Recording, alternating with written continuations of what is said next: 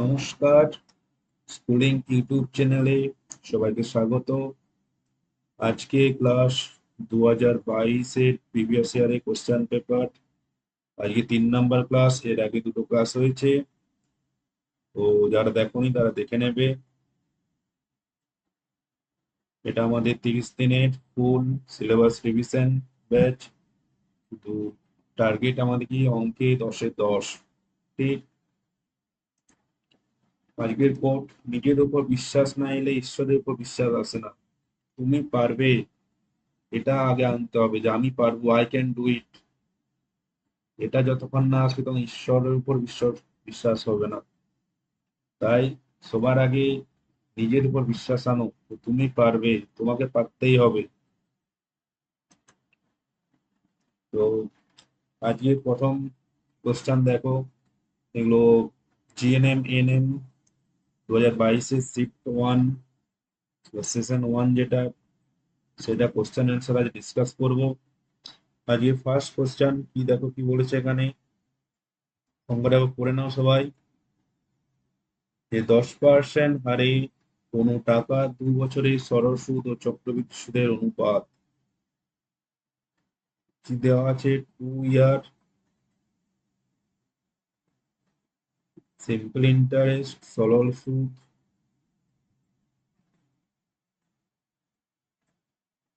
আর 2 বছরে চক্রবৃদ্ধি সুদ। সরল সুদ কি হবে? 10% ইন্টারেস্ট দেওয়া আছে, আর এখানে দেওয়া আছে 10%। 2 বছরের সরল সুদ কত হবে? 2 × 10, কত হবে? 20%। বোঝা গেছে? আর চক্রবৃদ্ধি সুদ কি করে বার করব? প্রথম বছরও 10%, দ্বিতীয় বছরে 10%। ফর্মুলা কি জানি? x+y+xy/100। এখানে যদি বসায় 10+10+10 × 10 / 100, কত হবে? 20 প্লাস 0 0 কেটে যাবে, 1 থাকলো 21। এটা বোঝা গেছে? এটা ফর্মুলা। প্রথম বছরে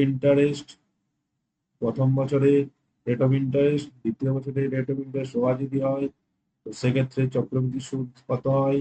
x+y+xy/100। এটা হলো ফর্মুলা। বোঝা গেছে? তো এখানে কি হবে? চক্রবৃদ্ধি সুদ, সিম্পল ইন্টারেস্ট এন্ড কম্পাউন্ড ইন্টারেস্টের রেশিও কি হবে? সিম্পল ইন্টারেস্ট 20 বেরোলো, এটা 21। অ্যান্সার কি হবে? 20 × 21। বোঝা গেছে?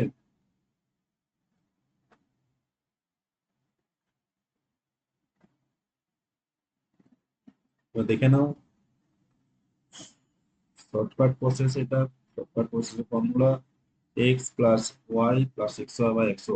ভেরি ভেরি ভেরি ইম্পর্টেন্ট একটা ফর্মুলা। বোঝা গেছে? নেক্সট দেখো, এটাকে যদি আমি অন্য প্রসেসে করি, এটা প্রসেস নাম্বার 1 হলো।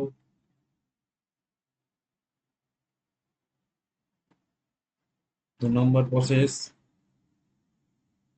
দেখে নাও কোশ্চেনটা কিভাবে করব।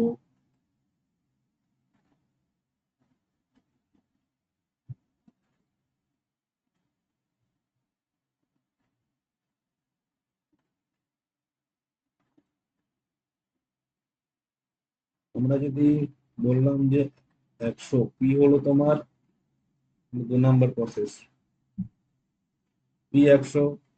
সিম্পল ইন্টারেস্ট কি হবে? সিম্পল ইন্টারেস্ট সমান পি পি আর বাই 100। এখানে পি কত? 100 ধরেছি। পি এখানে 2 বছর, আর 10% বাই 100, কত হবে? 20। বোঝা গেছে? 20। এসআই সিআই কি হবে? 100 ফর্মুলা কি? সিআই সিআই করতে ফর্মুলা কি হয়? সিআই কম্পাউন্ড ইন্টারেস্ট সমান P into 1 plus R by 100 whole square minus P. এখানে কি 1 প্লাস আর 10 দেওয়া আছে, স্কোয়ার মাইনাস 100, এটা করলে কি হবে? 100 ইন্টু 10 কে 10, 11, 11/10 হোল স্কোয়ার মাইনাস 100, এটা করলে কি হবে? 100 ইন্টু 121/100, 11 স্কোয়ার কত হয়? 121, 121 মাইনাস 121, বোঝা গেছে? রেশিও কি হবে?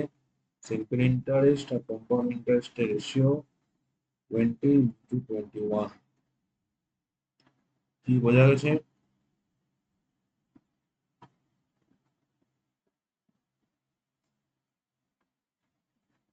ঠিক, ওকে। নেক্সট কোশ্চেন দেখো।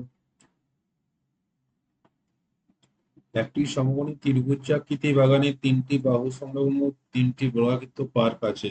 ছবি দেখে নি। সমকোণী ত্রিভুজ বলেছে,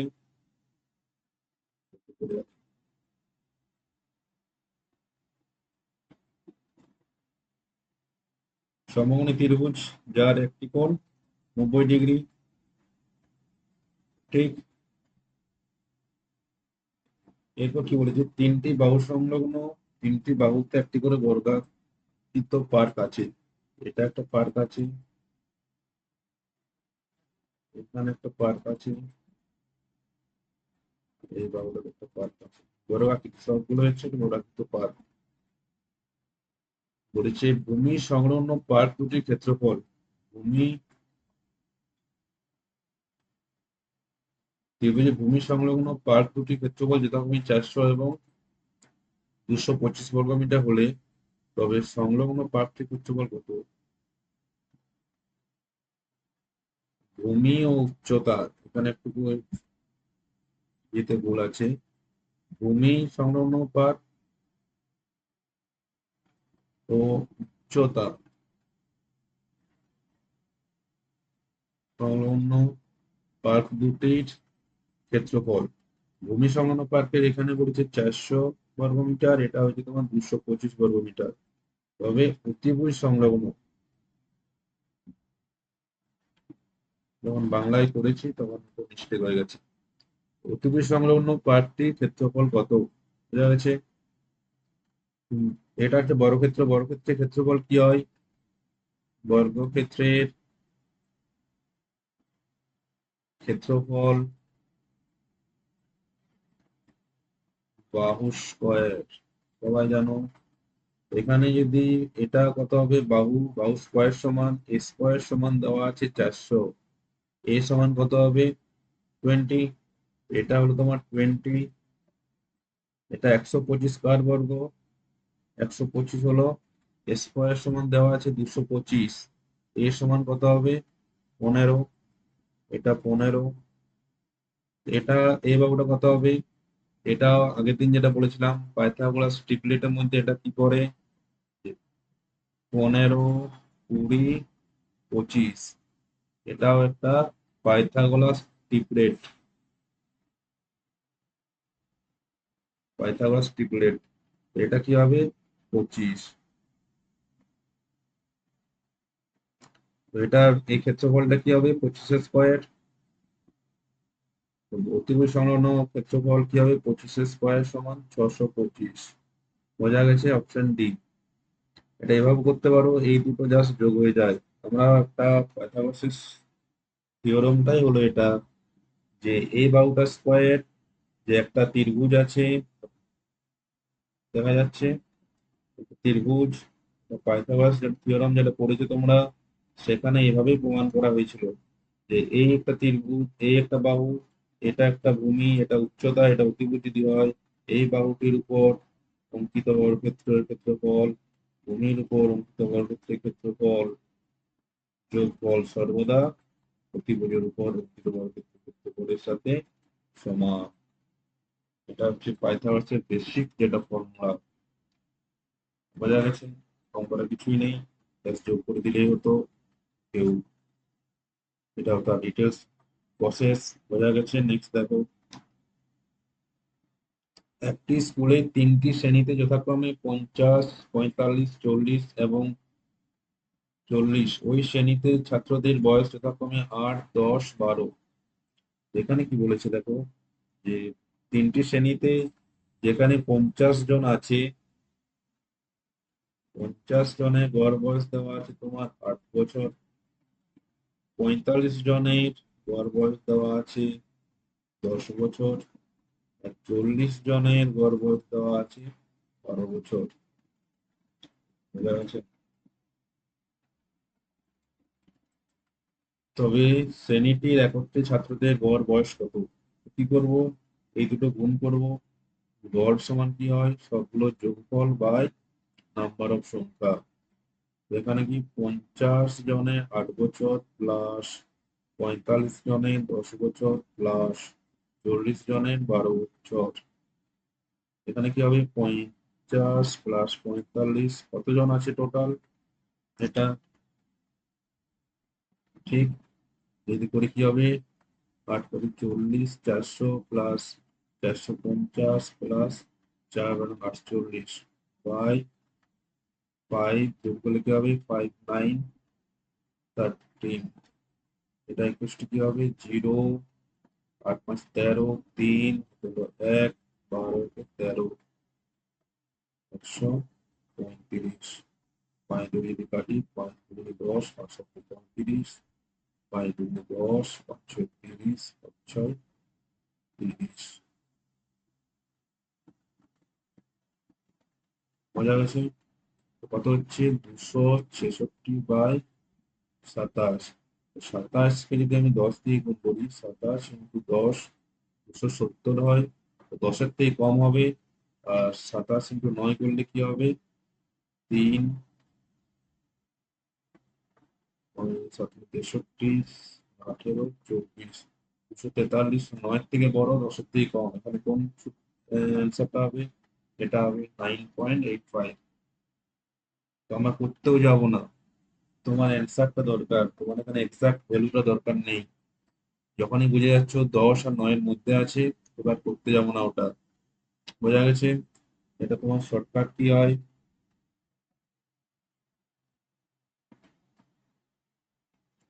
শর্টকাট তোমার এগুলোতে 50, 45, 40 এগুলো আমরা ক্যান্সেল করে দেবো। 5 দিয়ে 5 10 50, 5 9 45, 5 8 40। এখান থেকে কি হবে? এটা 2 নম্বর প্রশ্ন ধরে নাও। তো এরপর গুণ করবো। 8 × 10 = 80 প্লাস 9 × 10 = 90 প্লাস 8 × 12 = 96 বা এগুলো যোগ করবো। 10 প্লাস 9 প্লাস 8 পাঁচটি কেটে দিলে কি হয়? আমাদের ক্যালকুলেশনটা ইজি হয়ে যায়। 6 9 18, 8 26, 26/27। দেখলে কত তাড়াতাড়ি হয়ে গেল? আমাদের ছোট ছোট এগুলোকে কমন সেন্স নিয়ে পরে কাজ করতে হবে, যাতে আমাদের ক্যালকুলেশনটা ইজি হয়ে যায়। কারণ এক্সাম হলটা সব থেকে বেশি কি বলে ওটাকে, ধোকা দেয়। তুমি ঘরে বসে করবে, অঙ্ক অ্যান্সার ঠিক হয়ে যাবে, পরীক্ষা হলে করতে যাবে, টাকা করতে ভুল হবে। আমাদের সবসময় টার্গেট কি করতে হবে? যত ইজি ভাবে ক্যালকুলেশনটা করা যায়, তত ভুল হওয়ার চান্সটা কম হবে। বোঝা গেছে? এখানেও সেম। 266/27। এটা 10-এর থেকে বেশি, 10-এর থেকে কম, আর 9-এর থেকে বেশি। দেখে নেবো কোন অ্যান্সারটা হবে। বোঝা গেছে? নেক্সট দেখো, একটি দ্বিঘাত সমীকরণ দেওয়া আছে। যেটা যখন ইংলিশ থেকে বাংলা করেছি তখন হয়তো ঠিকঠাক হয়নি। এটা কি দেওয়া আছে? 3x² minus 10x plus 3 = 0। বোঝা গেছে? যে বীজ দুটি পরস্পরই অনন্য। অনন্য মানে কি? অনন্য কি? একটা যদি নাম্বার এক্স হয়, এক্স এর অনন্য কি? 1/x। জানো? একটা নাম্বার 2, 2 এর অনন্য কি? 1/2, 1 বাই রেসিপ্রোকাল অনন্য। এখানে একটা নাম্বার যদি আমাদের আলফা হয়, একটা নাম্বার কি হয়ে যাবে? 1/α। আমরা কি জানি? আলফা বিটা সমান C/A। এটা দ্বিঘাত সমীকরণের, দ্বিঘাত সমান, আবার বলছি, একটা দ্বিঘাত সমান যদি x² plus bx plus c = 0। এই দ্বিঘাত সমীকরণের বীজ দুটির গুণফল হয় α × β সমান হয় C/A। তো এখানে কি হবে? দুটোই আমাদের, একটা আলফা একটা 1/α। যদি গুণ করি কি হবে? আলফা আলফা ক্যান্সেল হয়ে যাবে, 1 = C/A। এ এ কত এখানে 3, সি এর মান কত বেরোচ্ছে 3। খুব ইজি, খুব ইজি, বোঝা গেছে। নেক্সট দেখো, দুটো এখানে বীজ দেওয়া আছে, একটা বীজ দেওয়া আছে আলফা বাই বিটা, আরেকটা দেওয়া আছে বিটা বাই আলফা। আমরা আগের ক্লাসেও বলেছিলাম যে দ্বিঘাত সমীকরণে ইকুয়েশন কি হয়, x square minus alpha plus beta into x plus alpha beta equal to 0। যখন বীজ দুটো, একটা আলফা একটা বিটা হয়, এটা হচ্ছে তোমার ইকুয়েশনটা। এক্স স্কোয়ার মাইনাস বীজ দুটোর যোগফল ইন্টু এক্স প্লাস বীজ দুটোর গুণফল। এখানে বীজ দুটো দেওয়া আছে আলফা বাই এ বিটা আর বিটা বাই আলফা। তো ইকুয়েশনটা কি হয়ে যাবে, এক্স স্কোয়ার মাইনাস, এখানে কি হবে, বীজ দুটোর যোগফল alpha by beta plus beta by alpha plus বীজ দুটো গুণফল alpha by beta into beta by alpha equals to 0। এখানে দেখো alpha alpha beta beta cancel হয়ে এখানে 1 হয়ে যাবে। এখানে আমরা কি করতে পারি, এক্স স্কোয়ার মাইনাস সিম্পল যোগ করবো আলফা বিটা, কি হবে alpha square plus beta square, আশা করি সবাই বুঝতে পারছো, ইন্টু এক্স, এখানে এক্স থাকবে plus 1 equals to 0। Alpha beta যদি গুণ করে দিই, alpha beta x square minus alpha square plus beta square X plus alpha beta, alpha beta এদিকে 0 ইন্টু আলফা বিটা 0 হয়ে যায়। এটাই আমাদের equation, alpha beta x square minus alpha square plus beta square alpha beta, প্রথম ইকুয়েশনটা। মজা আছে, সহজ অঙ্ক, just alpha by beta beta by alpha করলে হয়ে গেল। নেক্সট দেখো, এটা হলো 5টা হলো। 6 নম্বর দেখো, তামার তৈরি একটি আয়তঘনকের দৈর্ঘ্য প্রস্থ উচ্চতা। আয়তঘনকের এক্সাম্পল একটা ধরো বই, তোমার বইটা, অঙ্ক বইটা যেটা, সেটাতে আয়তঘনক, তার দৈর্ঘ্য আছে প্রস্থ আছে উচ্চতা আছে, সেটাকে গলিয়ে পড়ে 35টি সমান লম্ব বৃত্তাকার নীলের চোঙ তৈরি করা হলো। একটা প্রথমে কি আছে, একটা আয়তঘন আছে,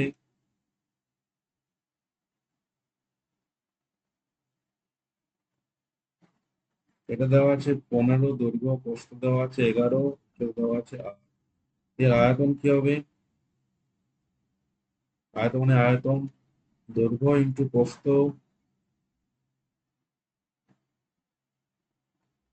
ইন্টু উচ্চতা। দৈর্ঘ্য কত, 15 ইন্টু 11 ইন্টু 8, 15 ইন্টু 11 ইন্টু 8, 8 পাঁচে 40, 120 ইন্টু 11 কি হবে, 2 3 1 0। বোঝা গেছে, এত সেন্টিমিটার কিউব। ঠিক, এরপর কি বলেছে, 35টি লম্ব বৃত্তাকার চোঙ, লম্ব বৃত্তাকার চোঙ, 35টি লম্ব বৃত্তাকার চোঙ তৈরি করছি। তো চোঙের আয়তন কত, চোঙের আয়তন, চোঙের আয়তন পাই আর স্কোয়ার ইন্টু এইচ। বলছে প্রতিটি চোঙের এইচটা দেওয়া আছে, লম্বা এইচটা দেওয়া আছে তোমার 3 সেন্টিমিটার। এই 3 জায়গায় 3 বসাবো, তো এখানে কি বসাবো, 22 এর 7 ইন্টু আর স্কোয়ার ইন্টু 3। এখানে বলেছে যে 35টা চোঙ তৈরি করছি, এটাকে গলিয়ে পড়ে 35টা চোঙ তৈরি করছি, ভালো করে বুঝো 35টা চোঙ। এটা 35টা চোঙের আয়তন যা হবে, আর আয়তনের আয়তনটা সেম হয়ে যাবে, 35 দিয়ে গুণ করলাম ইকুয়ালস টু আয়তনের আয়তনটা লিখে দিলাম। বোঝা গেছে, 5 7 35, 5 দিয়ে যদি কাটি, 5 দুগুণে 10, 5 ছয় 30, 5 চারে 20, 2 দিয়ে যদি কাটি 32, 11 দিয়ে, 11 কে 11, 11 দুগুণে 22, 3 4 12, আর এর মান বেরোবে 2। চোঙটির ব্যাস কত হবে? এটা ব্যাসার্ধ বেরোলো। ব্যাস সমান 2r সমান 2 ইন্টু 2 4 সেন্টিমিটার। বোঝা গেছে? এগুলো সব এএনএম জিএনএম 2002 এর সিজন 1 এর কোশ্চেন। নেক্সট দেখো, cos x plus sec x equals to x no theta, cos theta plus sec theta equals to 2। এখানে কি বলেছে? cos theta plus sec theta, sec theta এর মান কি জানি আমরা? 1 by cos theta, cos theta plus 1 by cos theta সমান 2। একটা জিনিস মনে করো, x plus 1 by x এর মান 2 যদি হয়, x এর মান কত হয়? x এর মান 1 হয়। কি করে? x square plus 1 by x সমান 2, এটা গুণ করলাম, x square minus 2x plus 1 equal to 0, x x minus 1 তার whole square equal to 0, x equal to 1। Then এখানেও cos plus 1 by cos x সমান 2 যদি হয়, তো cos x সমান কি হবে? cos theta equal to 1। তো থিটা ইকুয়াল টু কি হয়ে যাবে? থিটার মান কত? cos 0 ডিগ্রির মান হচ্ছে তোমার 1, cos 0 ডিগ্রি মান 1, sin 0 ডিগ্রি মান 0। এখানে দেখো কি হবে, তবে সাইন বলেছে, sine 99, sine power 99 plus cos theta cos 99 cos theta to the power 99। Sine theta to the power 99, sine 0 এর মান কত? 0 to the power 99 plus cos 0 এর মান কত? 1 টু দি পাওয়ার 99। 1 কে যা দিয়ে গুণ করি, 1 ইন্টু 1 করে গেলে 1 ই হয়। অ্যান্সার এখানে কি হবে? 1। বুঝা গেছে? নেক্সট দেখো, সুজন ও তাপস একসাথে একটি কাজ 4 দিনে শেষ করতে পারে। যদি সুজন প্লাস তাপস একটি কাজ 8 দিনে শেষ করে, ঠিক আছে? তারপরে ওই কাজ সুজন প্লাস অশোক, অশোককে এটি প্রকাশ করছি 6 দিনে শেষ করে। আর সুজন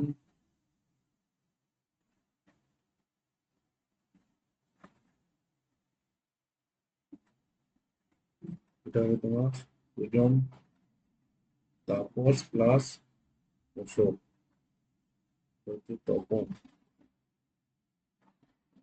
তপন প্লাস অশোক হবে। এখানে কি হবে? তপন প্লাস অশোক 4 দিনে করে। বোঝা গেছে? দুটো এস দুটোতেই দুটো এ আছে। এখানে যদি যোগ করি, ফার্স্টে কি করব? এটা কি টাইম ওয়ার্কের কাজ, টাইম ওয়ার্কের অঙ্ক। ফার্স্টে এলসিএম 8 6 4, এদের এলসিএম কত হবে?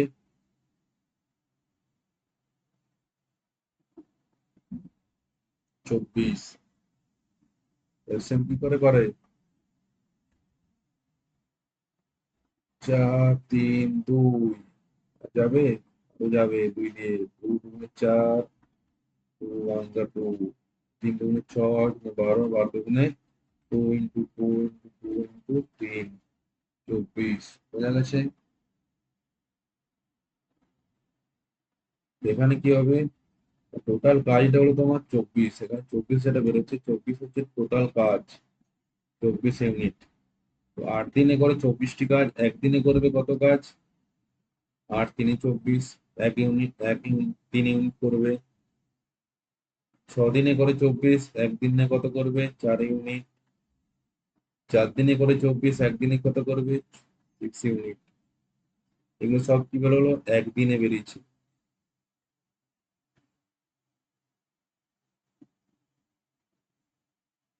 তবে দেখো একদিনে 3, তো এখানে কি হচ্ছে দেখো, 2 ইন্টু লিখতে পারি সুজন প্লাস তপন প্লাস অশোক, একদিনে কত করবে? একদিনে 6 10 13 ইউনিট। বোঝা গেছে? তবে সুজন প্লাস তপন প্লাস অশোক একদিনে করবে কতটা? দুটো দিনে এলে 13 বাই 2 ইউনিট। কাজ কতটা করতে হবে? 13/2 ইউনিট করে একদিনে, তো একে কত 24 ইউনিট, আমাদের কাজ কত 24 ইউনিট, 24 ইউনিট কত হবে? একে 2/13 ইন্টু 24 কত হবে? 48/13, 3 × 13 = 39, 9/13, এত দিন। অপশন এখানে কোথাও ভুল আছে, ঠিক আছে, এটা অ্যান্সার। 3×9 = 13। বোঝা যাচ্ছে? যদি বুঝতে না পারছো পজ করে আস্তে আস্তে দেখে নেবে, স্লো করে। নেক্সট দেখো, 42কে দুটি অংশে ভাগ করতে হবে। 42 আছে, 42কে দুটি অংশে ভাগ করব, যাতে একটি অংশ অপরটির বর্গমূলের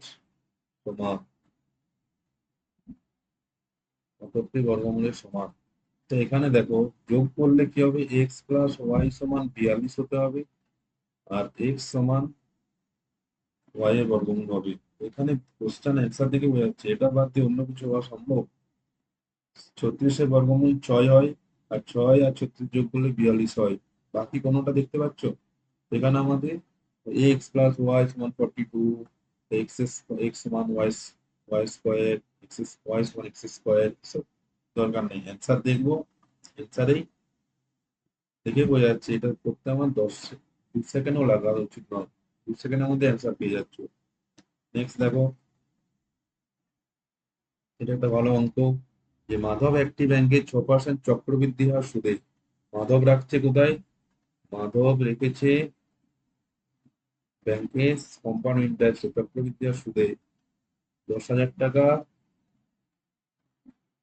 আর ওর ভাই নবীন, নবীন রেখেছে সেম অ্যামাউন্ট সিম্পল ইন্টারেস্টে। এখানেও 6% ইন্টারেস্ট চক্রবৃদ্ধি, এখানে 6% সিম্পল ইন্টারেস্ট। 2 বছর পরে, কি বলেছে? 2 ইয়ার পর, 2 বছর পরে কে বেশি টাকা পাবে এবং কত বেশি পাবে? কে পাবে এটা তো তোমার, এটা ভাবতে 1 সেকেন্ড লাগবে না। কে বেশি পাবে? যে সিম্পল ইন্টারেস্ট রাখছে সে বেশি পাবে। কত বেশি পাবে সেটা দেখো এখানে। প্রথম বছরের first year, second year. First ইয়ারে ইন্টারেস্ট কত? 6% আর সুদ হলে ইন্টু 6/100, 600 টাকা। দ্বিতীয় বছরে কত হবে? 600 টাকা হবে।